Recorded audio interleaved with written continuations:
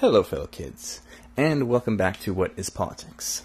Speaking of fellow kids, there's been a lot of debate in leftist and liberal echo chamber, nursery school, social media burbles about class reductionism versus race reductionism, and whether it's more important to focus on economic inequality versus identity politics struggles. Now, over the next couple of episodes in this series, I'll be arguing that the whole reason that discriminatory cultural hierarchies like racism and patriarchy exist in human beings in the first place is specifically for the purposes of economic exploitation and resource competition. That's why these systems evolved in the first place. That's why we have the tendency to have in-group, out-group discrimination, and we'll talk about studies to this effect next episode. What this means is that the whole idea of addressing cultural inequalities without addressing economic inequalities barely even makes sense. At the same time, one of the biggest obstacles to addressing economic inequalities is the existence of those cultural hierarchies which divide us and prevent us from forming the coalitions that we need in order to equalize either form of hierarchy. So at the end of the day, you really have to tackle economic hierarchies and cultural hierarchies at the same time because they're both part of one system of economic exploitation via cultural discrimination, even though that's not always immediately obvious. And as usual, we'll be looking at contemporary and historical and anthropological examples of this. Also, in case the word hierarchy is too abstract for some people, it means that some people get to dominate others. And because this is a show about politics, and the word politics means decision-making in groups, we're specifically interested in decision-making hierarchies, where one person gets to boss around another person, whether it's a patriarch, a capitalist boss, a lord, or a slave owner. But first, before I get into that stuff, what I want to do in this episode is a little thought experiment to illustrate what I mean when I say that culture comes from material conditions, and that cultural hierarchies exist for the purposes of economic exploitation. And this thought experiment is about what happens if you try to address a cultural hierarchy, specifically patriarchy, without changing the practical conditions that generated that cultural hierarchy in the first place. So, we need to do a little recap. In episode 7, I talked about immediate return hunting and gathering societies, and that's a specific category of hunting and gathering societies who are extremely egalitarian, including having gender egalitarianism, meaning men and women have relatively equal political power, meaning decision-making power, and this is translated into equal status, power, freedom, wealth, all the good stuff. And we saw that most of these societies have farmer and pastoralist neighbors who have a strong degree of male domination and patriarchy. And we saw that the big reason for this big difference in terms of the power of women was the practical conditions that those particular hunting and gathering societies and their farmer and pastoralist neighbors live in. Men who want to dominate women in an immediate return hunting and gathering society just don't have any practical means to do so. Any woman being bullied can just pick up and go live somewhere else without suffering any big loss of income or food or of quality of life. And it's easy for women to go form large coalitions of all the women in the camp, which they can call on to defend their rights and ostracize any bully that's trying to harass them or take away their rights. And women can also rely on their male relatives to physically defend them if need be. And all that freedom and power is just the practical result of the immediate return hunting and gathering economy, where no one is tied to any particular piece of property or land. Meanwhile, in those neighboring patriarchal pastoralist and farming communities, women are much more restricted in how they can respond to bullying. Women don't have any male relatives to defend them, and they're much more socially isolated and have a much harder time forming coalitions of women to defend and promote their interests.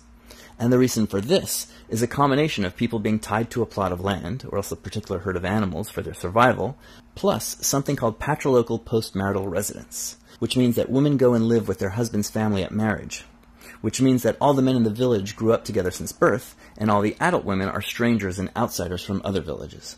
And the reason that these societies choose patrilocal postmarital residence is because it's a good way to organize their society for effective self-defense if you're subject to frequent attacks or raids from neighboring villages or pastoral bands. As a result of this practical situation, being tied to specific property for subsistence, plus social isolation that results from patrilocal postmarital residence, where all the women come from outside villages and all the men grew up together, women have very low bargaining power relative to men.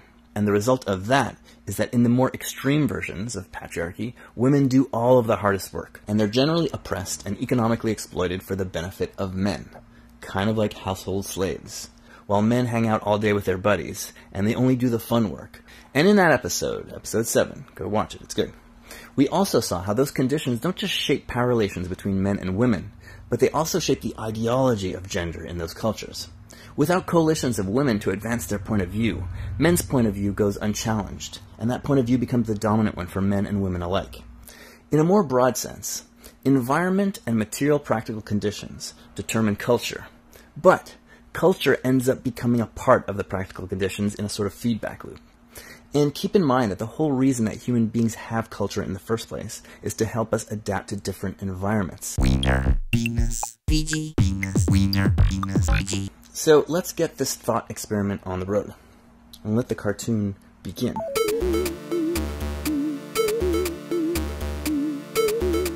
Imagine you're a woman in one of these patriarchal societies that does patrilocal residence, and you want to end this miserable patriarchy, and you desperately and passionately want to enjoy equality with men. Imagine that you figure out a formula to make a magic potion made out of a special pink berry that will erase patriarchy from everyone's hearts and minds. So you go make a bunch of this potion in secret, and you slip it into the water supply overnight when everyone's sleeping. And then the next day, after everyone's had breakfast, the whole village is suddenly pink-pilled. All the men feel ashamed and embarrassed that they've been treating their wives and sisters and mothers like garbage, and they apologize and pledge to now and forever live as equals with their sisters. Meanwhile, women lose their internal sexism that tells them that they deserve to be subservient. All the Jordan Peterson archetypes about men being rational and women being chaotic vanish from everybody's minds. And from that day on, men and women now share the burdens of labor equally. Women can touch weapons, women can eat at the same time as men, patriarchy is over. So patriarchy, donezo. Except the practical conditions that led to women having low bargaining power in the first place, being tied to land or herds for subsistence, and patrilocal postmarital residence, those things stay the same. So we still have a situation where you can't just get up and leave if someone's bothering you or trying to oppress you. And you still have a situation where all the men in the village grew up together, and all the women are strangers from different villages with very few social connections between them. Well, who cares about all this pesky material and economic stuff? Sexism was the problem, and now sexism has been eliminated, and utopia is here. Well, the problem is that you didn't do anything about all the conditions that led to sexism and patriarchy in the first place, which means that they'll just come back over time. At first, everything's equal. But then very soon, you'll start to have conflicts between husbands and wives, which you'll have in any society, even in the most gender egalitarian immediate return hunting and gathering societies. Even in same-sex couples where gender difference isn't an issue, people have conflicts. In a horticultural society, where nuclear families are tending small plots of land to survive, you'll tend to have more conflict. Imagine working with your spouse for 12 hours a day, every day. And the propensity for conflict goes up when things get more difficult, like if there's been a bad harvest year, and people aren't getting enough food or enough leisure or social time to be happy and fulfilled. And we see in our own society how divorce rates skyrocket in economic downturns among people who lose their jobs. Except in many agricultural societies, divorce is almost impossible. It means leaving your livelihood, your plot of land, and you have nowhere to go. Your parents or other relatives probably can't afford to take you back. Leaving means starving to death or becoming some kind of bandit. And when things are hard, what human beings tend to do, because we're awful selfish gremlins, is that our minds start making up reasons for why we're unfairly doing too much unpleasant work, and why the other person isn't doing enough. And that's especially so in hard times.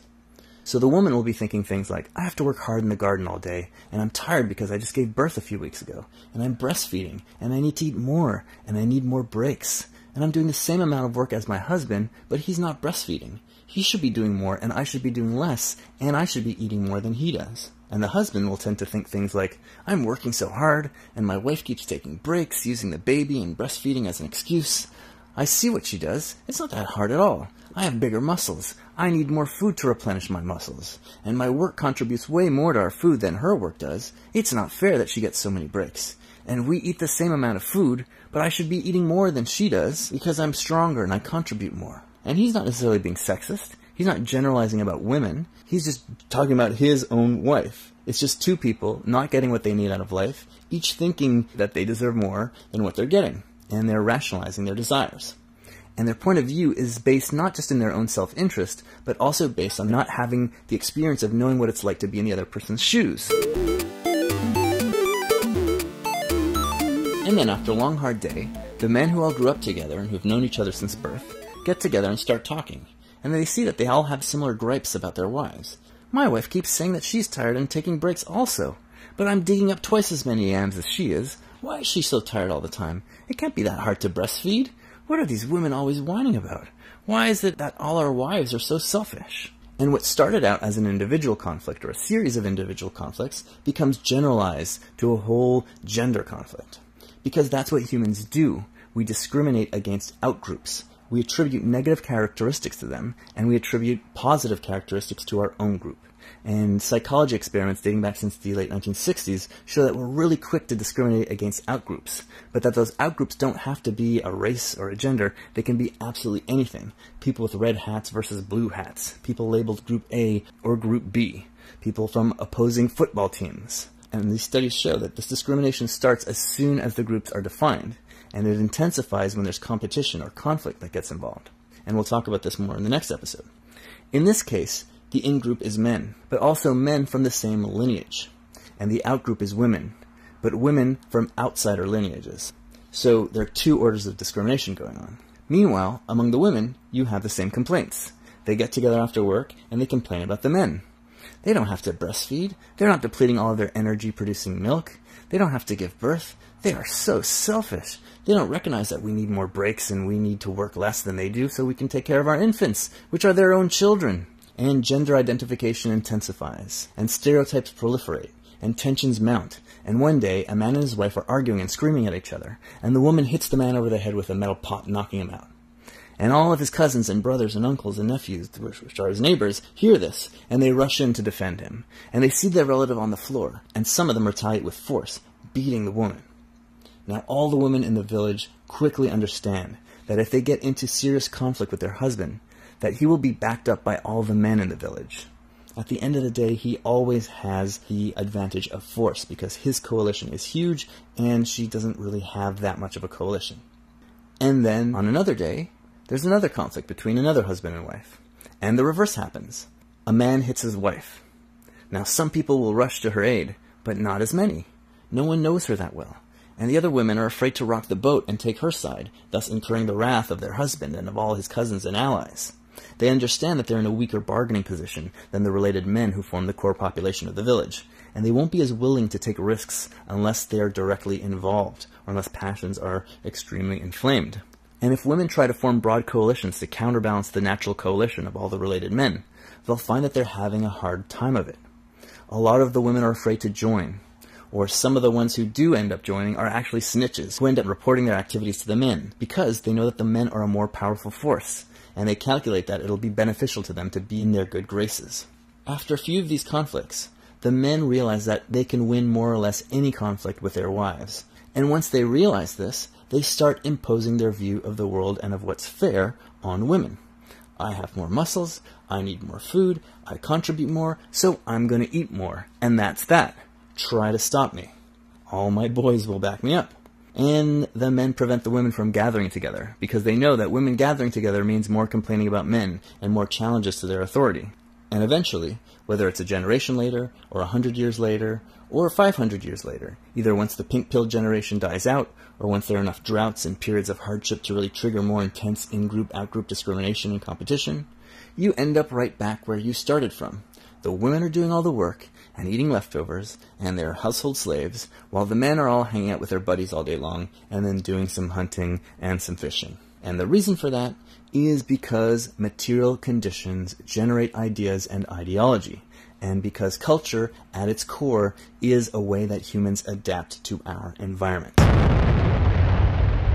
So, if you're a woman in one of these societies, and you want to improve your life and achieve equality with men, you still might want to change hearts and minds. The metaphorical pink pills, they're very useful. They did a lot of help at the beginning, and which in real life would be protests, public relations, education campaigns, and that stuff does have an effect. But you also want to have a long game, a laser focus on the material and practical conditions that generated that problem in the first place, so that you don't end up right back where you started.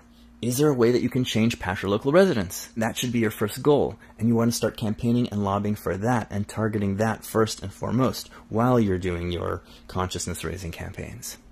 And if your village is still under attack, then you're going to have a harder time ending past your local residents because it's just the best way to defend against attacks. But there might be some other leverage points that you can identify that can improve women's bargaining power in your village. Like maybe you can arrange for women to do chores and work together in groups, which would make it easier to form female coalitions as a basis for some political resistance and advocacy. Or maybe you can get cell phones in the village so that women can text each other and have a social coalition that way. So when I came up with this thought experiment, I thought it was just a thought experiment. But then I did a little reading and I realized that there's a huge example of basically the same failed pink-pilled experiment happening in the real world today on a massive scale. China, specifically rural China, is notorious for having a strong preference for male babies. The birth of a son is seen as a gift and is celebrated. Meanwhile, the birth of a daughter is seen as a curse. The preference for male babies is so strong that some rural families notoriously practice female infanticide, resulting in a skewed male-to-female ratio in the population. And then starting in the 1980s, as wiener-revealing ultrascan sounds became more available, female abortion became extremely common, causing the male-to-female ratio to expand even more. As of 2019, you still have 114 females born for every 100 males in China, and the numbers are much more skewed in rural areas. Since the revolution in 1949, the Communist Party in China has been doing everything it can to combat this problem. First of all, gender equality is one of the staples of communist ideology. But also, having a huge population of young men destined to die unmarried can lead to all sorts of unrest and economic costs. Now, even though communists are supposed to be Marxist materialists, communist officials in China took a decidedly idealist approach to this problem. Via their monopoly on education and journalism and communications, the government did the equivalent of the pink pill. Millions and millions of young children went to school and learned about male-female equality and how sexism is a backward relic of the barbaric past. The Communist Party promoted women to all sorts of important positions, to show by example that women are just as capable and powerful as men. And these sorts of education campaigns succeeded and managed to change all sorts of attitudes on all sorts of issues. Medical practices, religion, class, ideology, the Communist Party leadership. But when it came to male baby preference and degrading attitudes towards women and patriarchy, almost nothing changed at all. And as we saw, the problem eventually got worse as ultrasounds became common in the 1980s, and people could get abortions instead of having to resort to infanticide. Now, in the late 1970s, some anthropologists started pointing out the very clear, obvious, and well-known, among peasants at least, reasons for why Chinese farmers hate daughters so much. And like in the pink pill example, it's all rooted in patrilocal postmarital residence, which most rural Chinese practice. We don't know what the historical reason for why they initially adopted this practice, though it makes sense to assume that it was initially a means for organizing self-defense. But whatever the initial reason, it's been the practice for probably thousands of years. And even though self-defense is not an issue today, material conditions generate culture, and then culture often becomes part of the material conditions. So now that villages are all organized patrilocally, it would take some major disruption to change it. Whatever the initial reason for it, patrilocal residence has huge effects on gender relations, as we saw in our pink pill example. And note that patrilocal residence almost always goes hand in hand with patrilineal descent and inheritance, meaning that children born to a couple are considered to be part of their father's descent group and not their mother's. Descent group meaning things like your clan or your tribe or your family line. That's why for most people listening to this, you have your father's last name and not your mother's. It's a relic of patrilocal patrilineal practices. And always keep in mind that the main reason that descent groups like clans and tribes and family lines exist in the first place are as ways to collectively manage property. So immediate return hunter-gatherers who don't have property to manage usually don't have clans or tribes, and they trace descent through both parents, and married couples go live wherever they want. Or today, in most industrialized countries, now that family property is usually managed by nuclear families, since it isn't a fixed plot of land that owners live on or a herd of animals that needs to be in one place at one time, we no longer have clans or tribes, and children more and more take compound names, or choose whether they're going to take their father or their mother's name, or the parents just choose. So to explain why patrilocal residence and patrilineal inheritance makes parents hate having daughters so much, let me read from a few articles on the subject, and I'll put them in the show notes in a bibliography. In recent years, patrilocal residence has been singled out as one of the major reasons for women's continuing oppression in post-revolutionary China. Families have often been loath to endow a daughter with property or skills because of the near certainty that these resources will be alienated from the family itself, meaning that she's going to be giving all her resources to her husband's family and village that she'll be joining at marriage. Women are still seen as passing in-marrying strangers who have yet to prove themselves, or who are temporary residents who will soon be departing to get married. There is little incentive to recommend girls over boys for higher education or specialized training, or to prepare them for increasing degrees of responsibility and leadership. The majority of Chinese brides enter their husbands' families and communities as strangers. At marriage, a young woman must establish her credentials in circumstances that may be far from welcoming. In contrast, most grooms continue to work and live in the environment they have always known. Patrilocal residence and patrilineal inheritance create an environment in which there is a significant advantage for sons over daughters. Villagers recognize that the skills of local daughters will be lost to her natal community when the daughters marry. The peasant view of daughters as, quote, excess baggage has lost, it would appear, little of its relevance in contemporary China. And from another article, among this population, parents must depend for support on their sons, not their daughters.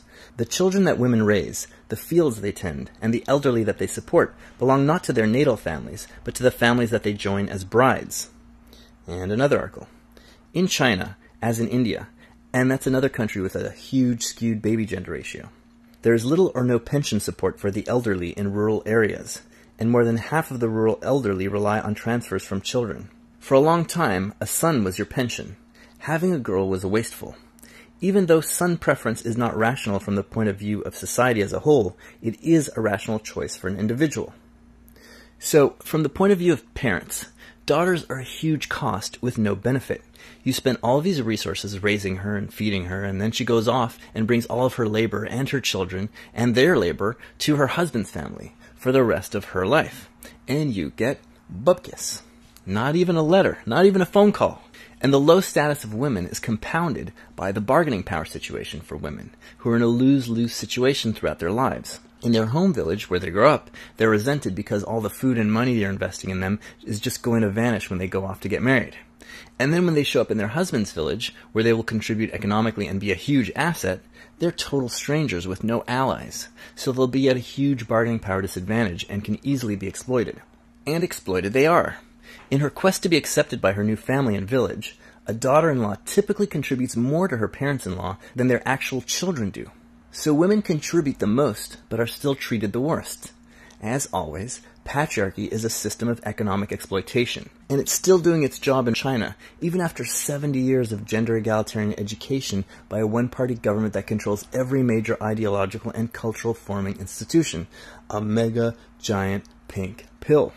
And just like in my thought experiment, because the Chinese government didn't address the root of the problem, their pink pill was a total failure. But you do have areas of China where this problem of skewed gender ratios and extreme patriarchy has never really existed, or else has significantly improved recently. Now, what's going on there as opposed to everywhere else in China? First of all, in the southwest of China, at the foot of the Himalayas, you have the Mosuo, also known as the Na ethnic group, who are matrilineal and where women have most of the positions of authority, and marriage barely exists. Now that's a whole other podcast episode. They've been matrilineal for hundreds of years, and this was the result of unusual political maneuvering among the noble class of the region, and we don't have time to get into that here. But it is important to note that with matrilocal residence and matrilineal inheritance, that equates to much more power for women, as we saw in episode 8 with the Haudenosaunee people in North America. In the 1970s, anthropologist Norma Diamond noticed that in those areas of China where you had frequent political upheavals and natural disasters, resulting in frequent population movement, patrilocality was much less dominant. Many women remained in their home villages, and their husbands sometimes moved in with their mother's family, and therefore women were not at such a bargaining power disadvantage. Now, those parts of China where women's rights actually improved significantly over recent years, and where the gender birth ratio has gone down to the natural rate, are those areas where traditional practices have been disrupted by rapid industrialization and wage labor. For example, in Shenzhou and the surrounding areas, once ultrasounds were available, the male-to-female birth rate exploded to 124 boys for every 100 girls in 1982. And by 1987, it was 129 boys for every 100 girls. Now, reading from another article. Then something striking happened. The ratio dropped steeply. By 1996, it was 109.5. Soon after, it returned to the natural level. You do not have to look far for part of the explanation. Shenzhou is, it boasts, international necktie city of the 21st century, making 350 million ties a year, or 40% of the world's supply. That is a ridiculous amount of ties. Who needs all those ties? As well as huge quantities of gas stoves and cone diaphragms for speakers. Its factories offer plenty of jobs for daughters, allowing them to make a hefty economic contribution to the household. Across the country, manufacturers have frequently preferred female employees, regarding them as more careful and less troublesome. Young couples are more likely to live apart from relatives. Few parents can now count on a dutiful daughter-in-law caring for them, and many are noticing that daughters are doing a better job. Some even think that son preference may partially correct itself. The surplus of men has increased competition for brides, meaning families must buy ever more expensive housing to ensure their sons can marry, increasing the economic attractiveness of daughters.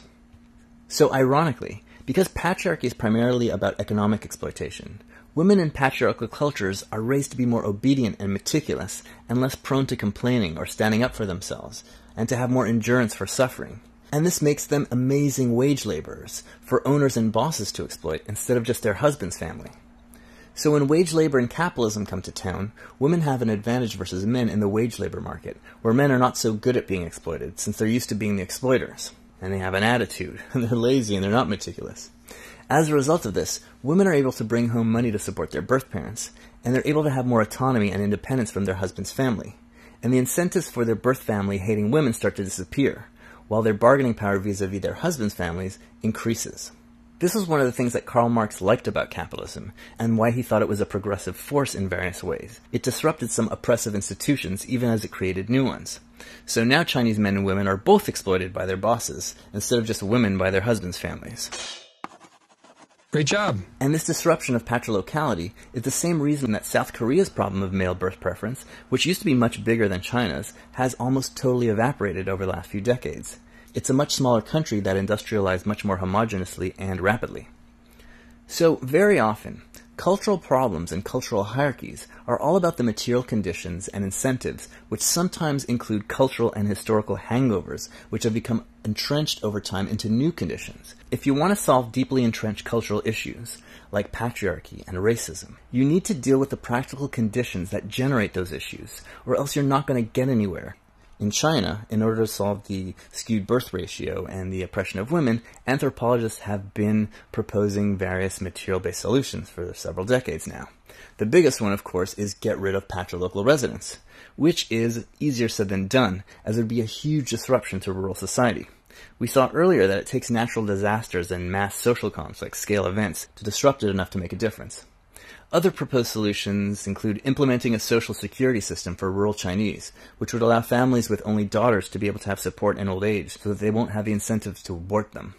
Now that's also a really expensive solution with hundreds of millions of rural people to support. So chances are the Chinese government will still stick to the ineffective education and propaganda campaigns, and things will only really change as industrialization advances into rural areas. In our society, understanding how material conditions affect cultural problems has all sorts of applications, not only for things like eliminating racism and sexism, and we'll talk about the ways that racism and sexism in our society are and aren't related to economic realities past and present. But thinking about material and practical context is also crucial for things like designing legislation, or planning strikes, or political protests and mass actions. For example, legislators and tenants' rights organizations and labor groups often design laws that are supposed to protect tenants or low-wage workers. But if you aren't taking into account the material context of the landlord and tenant or employer-employee relationship, where the employers and landlords have such an enormous bargaining power advantage and practical advantage over employees and tenants, those laws end up being really ineffective, fancy toilet paper because they're just not enforceable. Lower wage workers in countries without strong social safety nets are too scared to invoke their rights because they'll just get fired on some pretext. And tenants will get evicted, or their landlord will refuse to fix anything or make their tenant's life hell in various ways. So to make these laws enforceable, you need extremely harsh punishments for landlords and bosses who violate those rules. Or else ideally you need to change the context, a really strong social safety net, or even better, to reduce the enormous wealth inequality between workers and owners that makes it so easy for them to abuse tenants or employees in the first place. Or you need to equalize owners and tenants so that everyone is an owner, or everyone is a member of a cooperative. So take a look at the problems around you that you care about, whether it's low wages, or racism, or lack of access to healthcare, or exploding rents, or impending climate apocalypse, and think about the material and practical conditions that generate these problems, and the incentives that lead to those problems, and what kind of changes to those conditions would help solve them. And as we'll see in the next episode, which will be a line-by-line critique of David Graeber and David Wengrow's articles on hierarchy and equality, Ignoring material conditions leads to ineffective politics, and also a right-wing view of the world, where hierarchy is naturalized, and cultures are blamed for their deficiencies, and for their own oppressive structures. And then after that, I'll be doing an episode that's similar to this episode, except it'll be about what would happen if you just eliminated racism with a magic brown pill.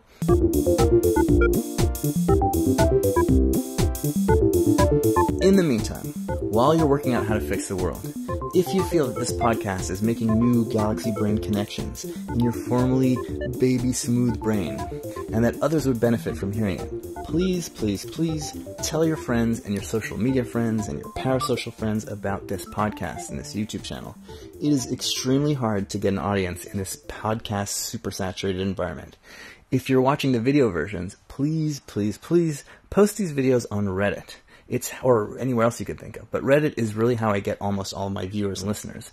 And most political Reddit subs do not let you post your own material. Plus, I'm shadow banned from various subs like BreadTube for no reason that I can understand. So please post my stuff on there. And if you have contact with a popular podcast or YouTube person or president of the United States, someone who might be interested in this show, like you're on their Discord or whatever, please spread the word. It seems like a signal boost from someone with an audience is the main way to get heard in this environment. So please do that if you can. And in the meantime, I'll try to think of some crazy, illegal publicity stunt to get me attention. Also, rate and review the show on iTunes. It takes 5 seconds and helps enormously with the evil algorithm of podcast fate. Like and subscribe with a bell on YouTube.